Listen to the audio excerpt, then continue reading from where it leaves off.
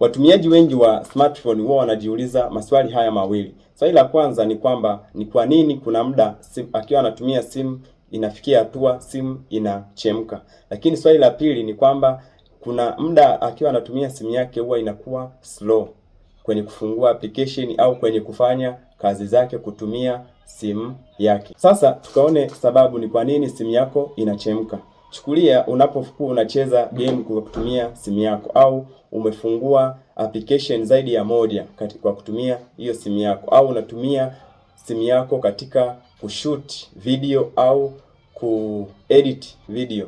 Maana yake hii inasababisha simu inakuwa inatumia kiasi kikubwa cha processor, kiasi kwamba ikumbukwe simu yako haina fan kama ilivyo kompyuta, ambapo fan hiyo inakuwa inaisaidia katika kupoza lile joto. Kwa maana hiyo, kwa kufanya taski ngumu na kubwa kutumia simu yako, unaifanya processor itumie amount kubwa ya umeme, kupelekea umeme huo kusababisha joto katika simu yako. Sasa kwa nini simu yako inakuwa slow?